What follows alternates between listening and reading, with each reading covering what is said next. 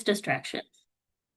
We encourage you to share comments in the chat and ask questions in chat as well. You can ask questions anonymously if you would prefer. We will also share a survey link at the end of the session, and we appreciate your feedback on our webinars and what else we can bring to the Noodle Libraries Network community. So I'd like to introduce our speaker today. Jennifer Liss never had the slightest notion that she would become a cataloger, not when she was a little girl and certainly not when she entered a library and information science program. Cataloging, authority control, and entity management especially has been her professional passion for the last 20 years. Jennifer now works in middle management as head of cataloging at Indiana University Bloomington, where she will not shut up about the powerful contributions that catalogers make in documenting the record of human scholarship, creativity, and culture to inspire learning, discovery, innovation, and entrepreneurship. Thank you so much, Jennifer. Thanks so much, Erin, for moderating the session, and thanks to Chloe and Kara for providing the logistical support. I am so happy to be here today. All right, we're going to dive right in. I Everybody's seeing slides still, I hope. Hopefully. Okay, I'm going to assume that's true. This quote receives a lot of attention in the world of library information organization. Its author being a chief architect of the dictionary style of cataloging that really remains the basis for library discovery systems today. And that is Cataloging is an Art. It's by Charles Cutter, a um, very long time ago, we're going to say, probably late 1890s, I think is when this is from. The fourth edition, I think, was published in 1904, which is where I pulled this. The full quote is actually, "Cataloging is an art, not a science." And that summarizes Cutter's assertion that while cataloging rules stem from experience, no rules can really take the place of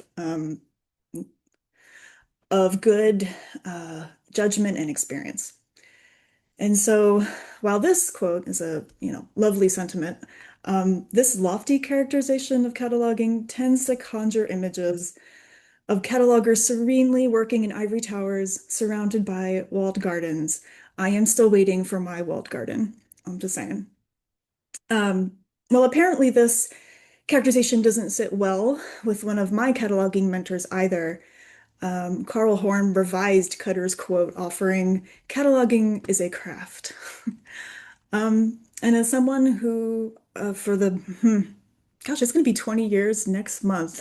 So for the last 2 decades, who's been very privileged to work among the most skilled and experienced catalogers in North America, I see many parallels between that medieval craft guilds model and modern cooperative cataloging.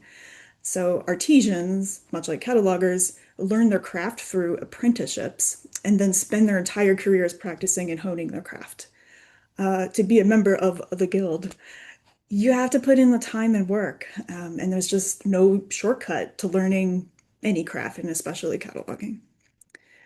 Well, doesn't that sound lovely too, right? It's nice to work at an institution that supports career-long craft making. And but where does that leave all the rest of us who don't have those resources, who are not in that situation? So that's the thing I challenge myself to think about. I do imagine that some of us have been informed that we are now responsible for managing the catalog and all of the records in the catalog, on top of the many other things that we have to do. And we may have simply neither the time nor perhaps even the desire to learn the craft of cataloging. However, the good news for us is that maybe cataloging is a task. Um, and if cataloging, even though a complex task with lots of parts to it, um, it's still just a task nonetheless. So tasks have scope and they are completed in a specific context. Um, And that means that tasks can be right-sized for the resources that are available. And if a task can be right-sized, then cataloging can be right-sized. When we know how much cataloging we can afford to do, then we can better focus our cataloging training to meet the immediate needs of our library's patrons. So that's the premise of the webinar you signed up for today. Um, Here's what we're going to cover. I'll talk a little bit about why we catalog because mostly I can't resist. I'm big on journey before destination. So the how and why are like everything to me. But it's also good to know why we do this. Um, and then I'll talk more about this notion of right sizing our cataloging and therefore our cataloging training. And that is to satisfy the level of cataloging, again, that our institution can afford. And then I'll share quickly some tidbits that I wish I'd known when I started out. And then I'll leave you with probably too many resources um, to kind of figure out where you want to dip in first. And then my goal is actually to leave a ton of time for questions if you want to discuss things. And then we will see where we end up after that. Um, so I already had a wonderful introduction by Erin. Thank you. So yeah, I am one of those craft catalogers. I do work in a guild. Um, I worked from the bottom up, I suppose you could say. I guess I run the guild now. Can I put that on my CV? Anyway, um, but most of all, I'm actually excited to learn from all of you. This is new thinking for me, and I want to know if I'm just full of it. So let's have a conversation later about this. Um, so why do we catalog? Imagine walking into your grocery store to pick up some drinks, I don't know, only to find that every item in the beverage aisle was missing its label. So you just had this like can or a bottle, but nothing on it, nothing to describe it. Um, that's not an inapt description of also kind of what metadata writ large is and why we catalog. It's not difficult to imagine how important it is to not waste people's time. And that's what cataloging does. We save time for people. Um, and when we do that, excuse me, it is it is not an accident that books about a particular topic end up together on a shelf, or a fiction author's books are all grouped together on a shelf. No fairy did that. Um, my least favorite, one of my least favorite phrases in library world is serendipitous discovery. You think it's an accident that you found the book or movie you were looking for? No. Discovery and access happens because people labored to select, order, catalog, process, and shelf the thing you just found. And so I think resisting that magic wand language is really important because it's a ton of work and a lot of labor. Um, Toward the end of the talk, I will again share a big list of resources, and it will include some that talk about like the why. Why do we catalog? But we're going to move on again in the interest of maybe getting to the fun discussion part. So, right-sized cataloging. Most of my slides are going to deal with this topic because it's probably the most nuanced, especially when you don't know maybe anything about cataloging. Um, and so I'm going to talk about it at a high level, and then we'll try to dig down a little deeper. All right, so whether you're new to your institution or not, I think it's good to check in on um, how much cataloging is needed to serve the purpose that your institution exists for. Um, because circumstances change. I mean, I'm doing this right now due to a strategic plan that my institution rolled out. And boy, a lot of things have changed. Staffing drastically different than it was before. The push to electronic everything has made everything different. And so it's good to take stock every once in a while. Let's go back to I don't know, I actually found out the real name for this is a Euler diagram, but I keep calling it the bubble, the bubble diagram. Anyway, let's go back to this. So context accounts for the local environment you work in. And then the scope here refers to, the intentional decisions that you're making about the cataloging and how much you're going to attempt. So to dig into that a little bit more, for context, I would say that you have to think about the type of library you're in. I work at a very large academic library that supports doctoral and postdoctoral research.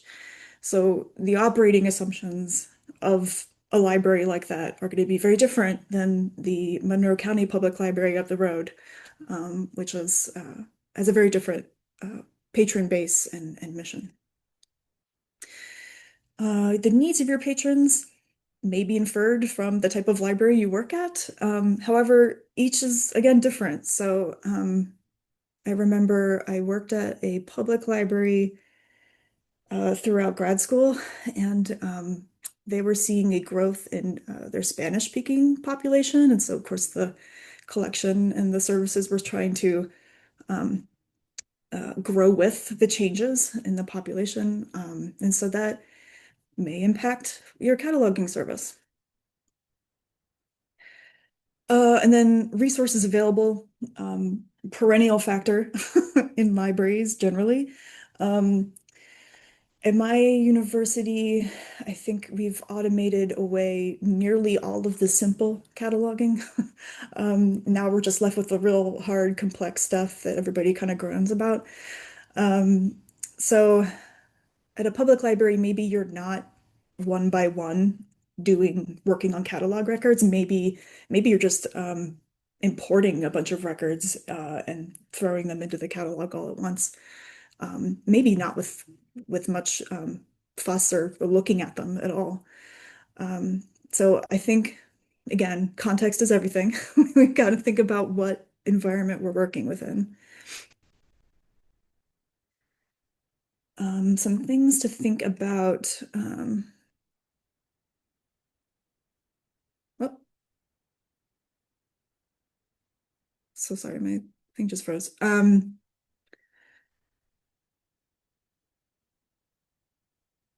Why? Oh, hold on, I'm so sorry.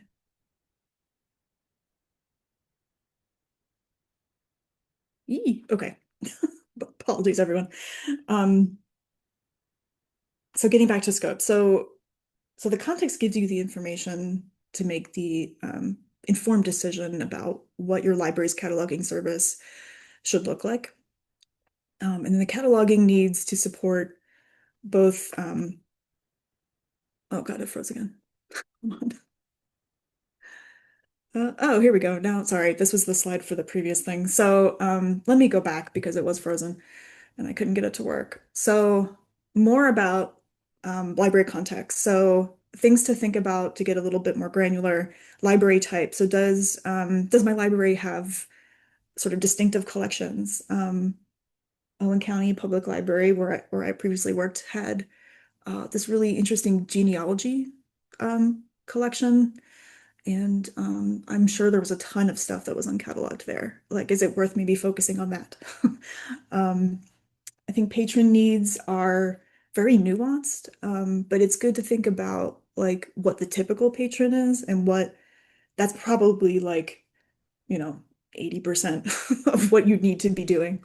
Um, there are, of course, the super library users, and they're always going to take up like probably 80% of your time, but they're really like 20% of the total user population, right? And so how do you right size that? Um, I think when you think about resource availability, it's also worth considering some bigger picture things like are there big gifts coming in? Um, it's very rare that we get gifts with money to actually do the cataloging, but it's happened recently and it was wonderful. We did not expect it. And it was yeah, it was just really nice to have it thought through. Um Grants that come in, is there an opportunity to write the cost of cataloging into the grant? Um so I think it's good to talk to others about sort of the longer horizon things that are happening in the library while you're thinking about resources. Okay, now we're gonna hopefully move on. Hey, it's working. Okay. So now for the scope. Sorry about that. While the context gives you the information that you need to make the decision about what your library cataloging services look like. So the cataloging needs to support both the person who comes in. I used to work Saturday mornings at the public library, and there was obviously like a pull apart the car and work on it. Anyway, people will come in asking for Chilton manuals, repair manuals. And so I have a fond place in my heart for these. So you, the catalog has to both help people find these things as well as a collection of, I don't know, this it's probably like 20th century scrapbooks. And maybe they're from a notable local resident that, maybe people want to do some research on. Every time a town has, a 100th anniversary or 75 or like a big milestone year, there's always some interest in doing local history research. And so how do you support that too? uh, um so this I thought an example would be helpful. So this is I think what I'm getting toward is encouraging people to think about what the catalog needs to do to support known item searching. So most folks um, will know the title or an author of something that they want to find. They may even have an ISBN number. I get email updates from Goodreads. People I'm sure subscribe to things like Oprah's Book Club or whatever. They're getting this information. Maybe they're hearing about something on a podcast that they want to find.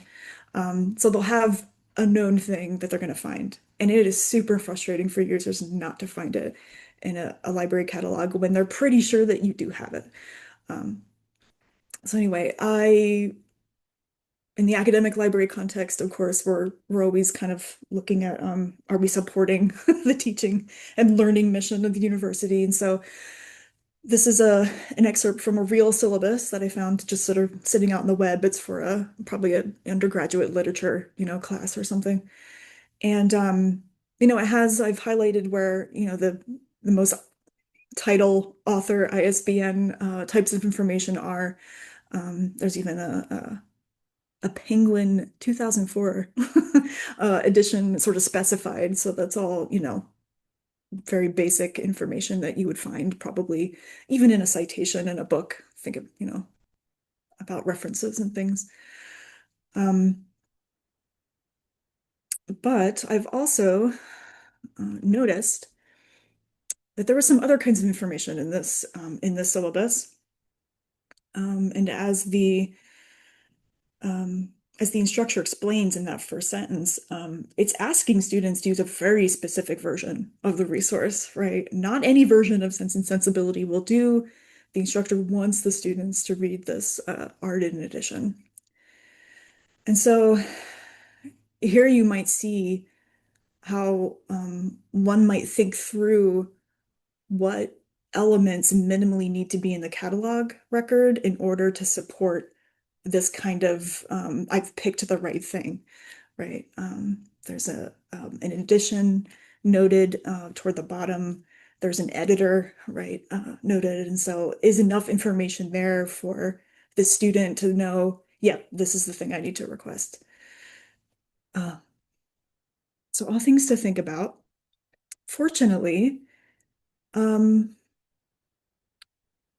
the library cataloging profession has thought about this for centuries, and the profession has some thoughts. So several standards, including the Library of Congress's MARC standard, which was the You can think of it as the containers for descriptions about things.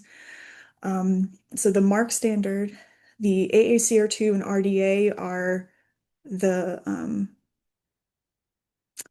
the descriptive standards. They tell you how to formulate data to put into MARC. So those two, all these, well, all three standards make some recommendations for minimal level cataloging. And they're all kind of the same. There's slight variations, but really these things um, appear in all three. And they do appear in all three. I know I just actually realized I didn't format this very well, but all of the things I've listed in the white space are in each of the three bubbles, MARC, AACR2, and RDA. Sorry about that. I'll try to fix that slide before I share them. That looks a little goofy. Um, Oftentimes the standards can sort of serve as a guidepost when you're trying to decide what is the right amount of cataloging and therefore cataloging training. So, one more mention of, did I? Okay, I did this out of order. I reordered things. Okay, so I just want to note that full level cataloging typically includes things like summary notes. What is the book about? Oftentimes, books come with back cover summaries. They could literally just be put in. A lot of the books sold on Amazon have a blurb, right? Those can just be wholesale thrown into the catalog. Um, Full level cataloging usually includes subject terms. What is the book about? It also includes genre form terms. Genre form terms refer to the not what is it about, but what is it? So it's a book of poems, or it's a Western, The Lone Ranger, right? Um, I failed to put classification on here, but I should have. So a classification number. Classification numbers are used to put things on shelves. And whether it's Dewey or Library of Congress, um, it's a system for putting things and grouping them together in one spot. So, so there's already a division of the world, right? Like there's the known item searching, minimum level cataloging, and then there's full level cataloging, which is going to support a slightly different kind of more discovery um, function for the library. Another mention of Charles Cutter and his work. I did allude earlier to the fact that he had a huge impact on modern library discovery systems. Um, Despite all of the fuss about something called linked data, which don't worry about right now. If you're just trying to start cataloging, there's really no point in trying to also have you get to learn linked data. But at any rate, the objects is it's actually called Cutter's objects and means, but I just included the objects here because it's what we're talking about today. This presents a mix of both the minimal level and the full level. You'll notice that kind of literature in number two that parallels with genre, really, genre form. Um, Character number three, is it a literary or topical? There's so many different ways to tease that out in modern cataloging, and it's part description, part the full level, topical aboutness. So, anyway, that is another foundational thing that is good to know about, I guess, as you start your cataloging journey. Um, and then I just want to sort of conclude this section with just a note about how expensive full level cataloging is. And it's kind of tough to train. The most widely used subject heading term list in the world, really, not just in the US, is the Library of Congress subject headings, which you'll hear shortened as LCSH. It is devilishly difficult to master. It's taken years, and I'm still learning things about it. Um, there are a lot of great resources for how to construct an LCSH term, and it's actually a string of terms. You'll see them in public catalogs all the time. Um, there are some free resources, there's some paid resources. The ones that I recommended because others, either I took them and thought they were really good, or because others recommended them to me. Um, but it's time and it's money, and you have to practice a lot to get good at it and to do it right. I'll just say that every generative AI tool that I've tried has failed to do LCSH term strings properly. It likes to make things up. The tools aren't there yet. If if your administrator is asking you about it, uh, the tools aren't ready. Anyway, so if your library intends to do, I don't know, sort of batch record loads into your ILS, maybe it's reasonable to not worry about learning everything about subject headings right now if you're just starting. It could always be, say, a stretch goal for later. Maybe right now you focus on descriptive fields that were title, author, publication info, the things that kind of show up in citations. Because if you can get those right, you'll at least support that minimum need of known item. And then you can start learning how to do these other things as you go. But it's maybe not top of list because they're kind of tricky. Um, so where are we now? Okay. So I'm looking at the time. Wow. All right. That is, we're going to go through this a little faster. So I actually only prepped one slide for this, I think, because it was making the whole thing too long. Things I wish I'd known when I started. I have a lot of resources that will cover this information, so don't worry that it's not here. But these are just little triggers, right, to kind of prompt future exploration. Uh, so the first one, metadata view, if I can describe this quickly. What you see in your like back-end staff library catalog is not what the user sees in the OPAC. I think we understand that. But the metadata can also look different elsewhere. It'll look different in WorldCat. It'll look different when you export it to put it into MarcEdit. It'll look different. I mean, there's so many different views of metadata. And in fact, one of the blind spots I mentioned below is something about, I think it's the last one. How did you configure your public catalog? Um, there are lots of options for, which elements in a catalog record are keyword searchable, which ones are indexed. In the title index, for instance, are you also searching the I almost used the mark tag. I promised I wouldn't do that. The table of contents. There are titles in the table of contents. So does your title index also index the table of contents as well as just the title proper, or series titles? And so trying to figure out all of that is pretty important as well. On top of everything else you have to learn. Mark formats means different things. Be careful. So a mark format is what the Library of Congress Mark 21 standard calls itself. There are, I think there's five of them, and I only know three off the top of my head. So there's bibliographic format, authority format, holdings format, and two others that I don't remember. But then mark formats is also used as shorthand to describe what OCLC WorldCat has described as bibliographic formats. And that, I think there's a book, visual materials, serials, maps, I think has one, sound recordings. So like there's different like views. Actually, that's a view. And the format is helped. Think of the format in that context as a work form or a worksheet. And when you're working on maps, you do not need to see the data field in Mark for the length of the sound recording. Like that doesn't make any sense in the context of a map.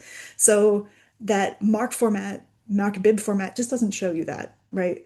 So it's very tailored. That in fact is, like I said, metadata view, right? The formats themselves. So that can be tricky, and there are more readings that explain that much better than I had to quickly do. Cataloging is rarely one and done. We're having a huge problem right now with link rot. Just, links in our records that just don't work anymore. Standards change. We had um, a tragic mistake in our mark coding that revealed thousands of globes in our collection. Did we have thousands of globes in a building somewhere? No, we had like 20. But a code had changed and we didn't update it. And so it looked like we had a bunch of globes. Um, Mark does keep evolving. Actually, all the standards keep evolving. Um, the content versus carrier. This gets tricky when you're trying to search for something and you think it should be one format and it's not coming up. It's very important to know, distinguish between the content and the sort of container that it's in. One of the most notorious problem areas is anything issued on a disk. We're still getting, I don't know why our library is still getting CD-ROMs or DVD-ROMs with like data on them. Sometimes it's a book. It's just a book on CD-ROM. I'm like, what? It's fine. But then sometimes it's a video game, right? Those are different formats, bib formats. And I have to pick, is it the book on CD-ROM, is that a computer file or is it a book? Content or carrier, right? And so the wisdom is that if it's a book on CD-ROM, do it on the book format and then just reflect the fact that it's electronic. But a video game is digital, like it's just code, right? So that is, a computer file format. It's a little tricky to get the hang of. Just give yourself time to learn it, and there are some readings that can help you again in a resource list. Will be shared later. Other things to just think about. I'll do the penultimate one first. If your library is part of a local consortia, it might have its own requirements that you should probably figure out what they are. And then finally, non-Latin script can really be tricky to work with. There's a lot of ASCII character encoding, Unicode issues that can happen. So if it's not in your catalog, you don't have to worry about it. But if it is, you might have to worry about it. There's also something, and because I'm not a non-Latin script cataloger, I had to learn a lot about it when I started managing it. Um, Sometimes romanization, you'll hear about Library of Congress romanization tables. This is a table for sort of transliterating, let's say, Russian into a Roman script so that I could read it because I can't read Cyrillic. Um, and so that can help with public services people who may need to search for something or help a patron who's looking for something. There's a lot of good reasons to do it, but it's more time and it takes some expertise to do. And so it's just another thing to know might be out there. Okay, we're gonna mosey along. So I'm gonna share the link to this big list of resources. I'm gonna share it with the hosts who will hopefully relay it to you. So I'm unable to do that myself right now. Um, so I'm gonna stop sharing that and I'm gonna start sharing hopefully the actual list.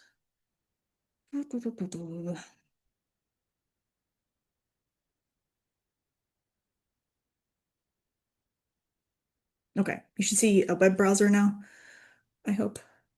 Yes, And yes, we moderate. do. Perfect, thanks. Okay, so I tried to organize this. I'm actually not happy now with how I've organized it. Of course, a cataloger not happy with an organization scheme. What a surprise. But I think if you're getting started with cataloging, I think the first heading's super helpful. These are all links so you can jump down. Um, I won't go through the whole document together today, but just so that you know, there's a ton here. You don't have to do it all. I would say pick and choose. I tried to give you some notes about like, hey, it's planned for 3 hours, or hey, this is just an hour, right? So if you have a little time at the end of the day and you can squeeze it in, it could help. Um, I also tried to indicate when something is free versus paid. I'm not sure that I always did this, but there are a lot of free stuff out there.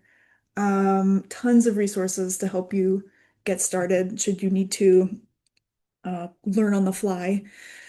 Um, there's some really good explanatory readings. Mark is its own beast. And let me tell you, if you can do Mark metadata, you can do any metadata. I've done so many other different kinds and like they're easy, no problem. This is the hardest.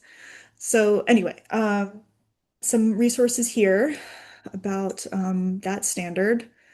So many webinars, free YouTube. I mean, doing a search on YouTube has gotten me all kinds of fascinating things I didn't know were out there. Maybe not all of it good for beginners, but it there's so many choices. Web Junction has a newer library catalog series. They're calling it Lift. It's a bigger thing, but they also have a chunk of it that's just for cataloging. Totally free. You do have to like sign in to their system, but I think it just means you get email blasted from them. But otherwise, I think it's free. The Library of Congress's catalogers learning workshop learning workshop's been a long day. Super good. If and when you want to dive into Library of Congress subject headings and classification, it's a long haul, but it's totally worth it. The technology's a little iffy. The recordings are probably not terribly accessible, unfortunately, but they were done a while-ish ago, and it was a partnership between the Library of Congress and uh, I think it's a, I can't remember. It's a library science educator. Maybe it's Danny Dudre. Anyway, really good, very solid. They have some exercises at the end, and then here are the answers. I'm gonna scroll down. Oops. And this section is more about like reference material. Like you're gonna do cataloging where you're going to have bookmarks and you're just like going to look at them every day. One of the things I looked at every day when I was cataloging a lot more than I am now, cataloging calculator, pretty cool. Let me just do a quick show and tell. Um, it's mostly geared toward LC, but it also has really cool things like language codes. Um, I mean, pretty neat. So the code's over here, and then the result. Country codes. I mean, there's a lot here. I also want to show you that there's this thing down here called standard subdivisions. This refers to Library of Congress subject headings. And you'll see when you get into them, there are instructions that say, you can subdivide this term by classes of persons. And you're like, well, what are those? And where is Oh, I looked right over it. And so voila, a list. Pretty handy. It's amazing that this is free, I'll just say. Uh, so anyway, um, there are some paid tools that are probably worth it. Classification Web Plus, pretty powerful. There's some good training out there on how to use it. It is pretty fantastic. The subscription price isn't too bad. You can look that up. Is this the page where it shows me? Or no, pricing's here. So, I mean, for a subscription for libraries these days, I don't know what's good or bad, but it's worth a consideration because it is so powerful. Mark Edit, totally free. If you do, if you have to edit records either singly or especially in batch, boy, is this powerful. And there's a lot of good training out there, um, including one from Library Carpentry, which looks pretty good. And it actually kind of walks you through setting up like a scenario, which you'd have to like do some do some manipulation. So anyway, there's a lot more here. I would say dip in and think about again your library context and the scope of what cataloging you want to do, and then figure out where you want to jump in. There's some I probably could add a lot more to this, but I was worried about overwhelming. Cataloging by specialty. Boy, there's a lot of formats out there. Um, Comics and graphic novels was a late entry. I totally forgot about them for some reason. I don't know why I put in so much for maps, but anyway, there's a lot of stuff here. I can't not mention the program for cooperative cataloging. They have a lot of training resources available um, on their website. Too many to list here. Um, but anyway, so I also want to point out that there's some mentoring options. I meant to do more research on this and I didn't have time. So I will do that and add to things as I'm able. Um, but networks also super important. You're here today because you joined a network, the New Librarians Network, right? So that is a resource for you. I found some more niche networks. This one looks older. It looks like it started during COVID. Super interesting. I don't know if they welcome people outside of Colorado, but I totally want to crash. It looks great. North Star Cataloging Network. I was so excited to see this that I literally emailed the people and I was like, oh, this is great. Anyway, so they're actually launching in May 26th. I threw a link in here if you want to join that. It looks really cool. Um, there is a Facebook group, rather infamous, Troublesome Catalogers and Magical Metadata Fairies. They are super supportive. You can ask any question, nothing's dumb. And you get a lot of great feedback, perspectives. It's super supportive and wonderful. So can recommend that one. And then of course there's a lot of listservs to join and you can lurk and just sort of receive them passively. I've learned a lot over years, just sort of listening in. Okay, I'm gonna stop sharing. That was a lot. My last slide was just essentially, my name and my email, which I will throw into the chat again for the presenters to pass along. But I'm gonna pause. It was a lot. Questions, comments, things to talk about. I'm here for it.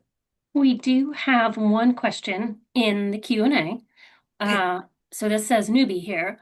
What does it mean that cataloging is expensive? As in, there's not enough money to hire catalogers, or cataloging is an additional expense to an institution? Does minimal level cataloging use fewer resources aside from time? Oh my God, I love this question. Thank you for asking this. Okay. Metadata is expensive and cataloging is expensive because it takes a lot of knowledge organization, right? If you have to think about what something's about and then fit it into Library of Congress subject headings, that just takes time. And if you have a lot of things to do, it's a lot of time. So I think the answer is the second part of the question. The answer is both. It's both time. Training a cataloger, even to do minimal level cataloging takes a lot of work, like Mhm. probably too much. And then the last part of that I don't think I got the last part of the question. Erin, help me. Does minimal level cataloging use fewer resources aside from time? Yes. Yes, it does. Because the minimal level standards don't ask you to do as much. And so it could be an option to learn the basics and then what I like to say is like learn the basics and then maybe push to do a little bit more if you want to. And if you don't have time or it's just like your institution's made it impossible, then don't. Like you can only work with what you have.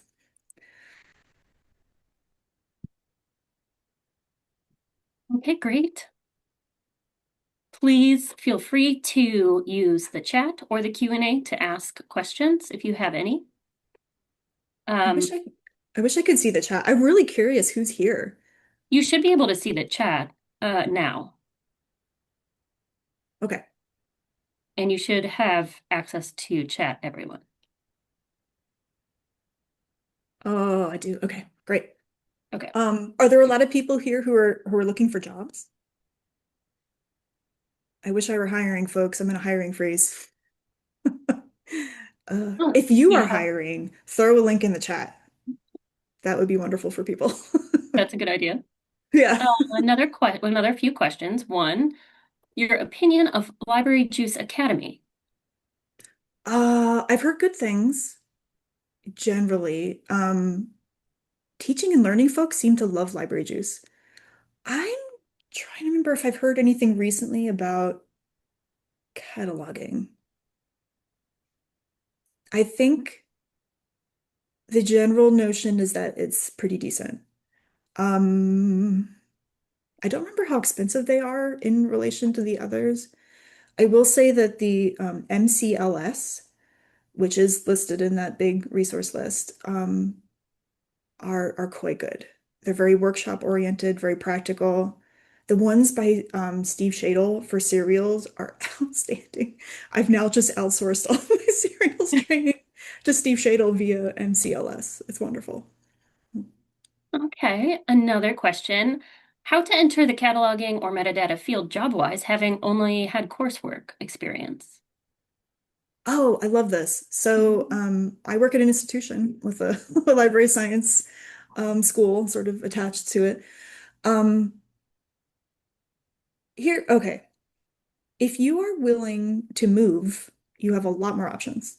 I'll Mhm. just say. That's so Um, true. mhm. So if you're not, if you have a situation where you're kind of just stuck where you are, um, hmm, I think honestly, a lot of people that I've talked to recently, I'm thinking about other managers. We do have somebody hiring at IU for a religion. It's rare books and religion. If I find the link, I'll post it in the chat real quick. Um, but I can't search and talk at the same time, so let me answer this Mhm. first. So I feel like so for me, I want to see that you're curious. If you don't have questions during an interview, that's a red flag for me. I just you need to be curious. Um, and you're willing to learn and that you accept constructive criticism. A lot of, again, cataloging is taught as an apprenticeship style. So you train and then you do review with someone. Like you do work, you submit it to your reviewer comes back with suggestions, and then eventually you stop being reviewed and then you're free. You're independent. You're your own journeyman. Is that what they would call it in a guild? Anyway, sorry, I'm destroying that metaphor. But yeah, I think my attitude is have a little bit of knowledge and then I'll do the training for you. But if you understand like high level principles, why do we do it? Like that's gonna wow me more than you presenting me with a mark record. Like I just need to know that you have the aptitude and then I'll train. Like that's my own personal opinion as a hiring manager. Another question. How did you get your start in cataloging? Mistake. I couldn't enroll in the other course. I did not want to do cataloging. That's true. Um, Everybody told me the cataloging course was going to be hard. It was too much work. And I was like, oh, and I tried to avoid taking it by taking like, I think it was called information organization instead. And it filled up and it didn't fit in my schedule. And anyway, so I had to take it and then I loved it. It was my happy place. I don't know. Yeah, that's my weird story of how I stumbled into cataloging. It's not the plan, but yeah, again, because I worked at a university library that had a big library footprint. It's a big library I work for.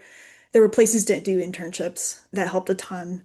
The Library of Congress does these summer internships. Somebody who just asked about a job. Like they're for people who are either in a program or maybe just like 6 months to a year out of their program. So be on the lookout for those kinds of things that might help you get that resume experience. Another quote. We have a lot of questions now. How how do you work, how do you contend against personal bias in cataloging? Or what do you do personally when you find words that you don't agree with? For example, the Library of Congress replaced illegal aliens, which I Yes. agree with, but before it happened, it would have been different. Yeah. If you have not seen, so about the illegal aliens thing, if you haven't seen the film Change the Subject, it's wonderful. And it does a really good job of introducing all of um the sort of the it presents the problem to be solved, right? That these subject terms can be harmful to people. And it really dives deep into that and talks about catalogers going to Congress and saying we have to change this. It's wonderful. Um, okay, so I contend that bias is so implicit. It's called implicit bias for a reason. It's a lens, it's your worldview, right? And as someone who's very educated, privileged, white, cis, heteronormative, pretty neurotypical, though I get a little weird sometimes. But mostly just, I fit the whatever the, stereotypic thing is. Um, it's you have to constantly rethink what you're doing all the time. Sometimes standards get in the way. A descriptive standard will say transcribe the title. If there is a word that's triggering in the title, like the standard says transcribe it. There are ways around that, and there's some really interesting work happening on the Mark Advisory Committee to offer like another field, or is it a subfield? I can't remember how they're trying to do it, but they're talking about trying to find ways to sort of deprioritize transcription of titles so that we're not like traumatizing people when they just open up a catalog page and unwittingly stumble upon things. But certainly in descriptions, like I've the oldest catalog records are actually often not a problem because they don't have summaries. Like they were index cards, right? Like 3 by 5. Not a lot of information could be put on them. And when they got put in the machine in the online environment, there's still nothing on them. And so often they're not a problem. It's the newer stuff, newer being like 70, 80s on. And they can be pretty brutal. I would say the thing that I do is I keep learning. I it's not always about cataloging too, and I didn't include this. Why didn't I include this? There is a great OCLC like forum speaker thing that was done during COVID. What is her name? I think her last name is Kristen. She did a great talk on a digital library platform. I'm looking at the time. I gotta speed it up. A digital library platform that um, was meant to be in partnership with indigenous peoples, and the indigenous peoples like codified their access rights. And it turns out like open access is not a universal value. There are tribal artifacts, tribal knowledge that is only meant for tribal leaders. Like it is not meant for everyone else. And open access is, she argued, like a re a remaking of the violence that indigenous peoples experienced and are experiencing, still. And it blew my mind. I thought about it for months. It was like one of those like earth-shattering, just like, oh, my world changed. So just trying to keep pushing what you know in your belief system, super helpful. But yeah, that's tough. I'm seeing more questions. I'm happy to take questions and answer them later, Erin, just so you Great. know. Yeah, we have enough time for maybe one or two more questions. Okay. This one, you mentioned earlier that automation has changed a lot in the field. Could you share a bit about the current environment and what you would recommend for new grads? Ooh, okay. There's a tension between um, obviously generative AI. But more often when I talk to catalogers, what they actually want is like better macros. Right? Like they Hmm. just need like the simple stuff automated, not like Hmm. do my work for me. Um, and so I think the big question right now is generative AI. Can it do it? If it could stop making up ISBNs and OCLC WorldCat numbers, I would be in threat. But I don't feel like I'm in threat because ILL will literally come to its knees because Hmm. they cannot stop lying about stuff. Hmm. Simple stuff. Forget subject headings like ISBN. Um, Anyway, the tools don't seem ready, but they could be in years, right? And how do we deal with that? I personally, I have very strong opinions about this, and I don't want to get into it. I did put some links to, I didn't do a lot, but I put like a link that will lead you to more resources in the resource list. So check that out. Library cataloging history is super interesting. I didn't include a link for that. That'd probably be too much, but just think about the change from like cards to online and now linked data, whatever that's going to be. Um, yeah, that's a whole other talk. I would love to get into that, but I won't. We have time for one Yeah, more? yeah, I think so. What's your favorite part of cataloging and metadata work? When something happens that causes you to take pleasure in the work and say, this is why I do what I do, what can that look like? Authority control all day long. I didn't even explain what that is. I couldn't get into it, but it's essentially making sure that when you open your OPAC, all of the like an author's name is a link so that when you click on the author's name, more stuff comes up by the author. And that happens through authority control and authority maintenance. It's my happy place. I was doing work on um, a digital photograph collection, and there were a lot of like Mrs. John Smiths. And I was like, oh no, not today. We're gonna find the names of these women. It was so gratifying to do that. And it does really just make the whole thing work. I mean, I yeah. So anyway, authority control, favorite. Um, the next one, can you speak to the distinction between copy cataloging and original cataloging? Yeah. So I didn't get into this because other videos that I recommend on the like beginners does get into it.